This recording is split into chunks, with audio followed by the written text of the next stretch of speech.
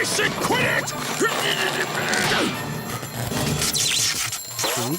Hello everyone, SpongeBob here and welcome back to QUICKTOONS. Today I'm reviewing the SpongeBob shorts Rise and Shine. In this episode, we get to see Patrick's unusual morning routine. So it's time to review another short again, and we have the first of many shorts in season 5, starting with this 4-minute one, where most of the episode is just Patrick and no one else, except for SpongeBob, who shows up at the beginning and at the end of the episode. Also, side note, why is SpongeBob so long here? Long Bob. So with Patrick being the main focus of the episode, it kinda gets hard to find good humor in this. Usually when Patrick has stupid one-liners or weird nonsensical moments, they can usually work when there's a straight man to bounce off of him, like Squidward, Mr. Krabs, or sometimes even SpongeBob. But since he's in this episode by himself in his house, for most of the duration here, there's no straight man. So we have to sit through Patrick being stupid with no one to point out his stupidity. It's the reason why people didn't want him to have his own show at first. Same thing with Planet Sheensies. The comic relief character usually works when there's a reasonable character to balance the logic. Without the reason, it's imbalanced. And that's the large issue here. Most of these jokes don't work because you can just write them off as Patrick being dumb like usual, and they're not even creative enough to be worth laughing at. For example, there's a joke where Patrick wants to get SpongeBob for advice to help him figure out where a noise is coming from. So he gets a pillow and puts underwear on it and draws SpongeBob's face on it just to ask him for help, even though he could have just talked to SpongeBob. Like, yeah guys, I get that Patrick is dumb at times, but there's a clear difference between having stupid logic and being stupid for the love of the game. If there were some kind of straight man, maybe these jokes would land better, but with no straight man, it's just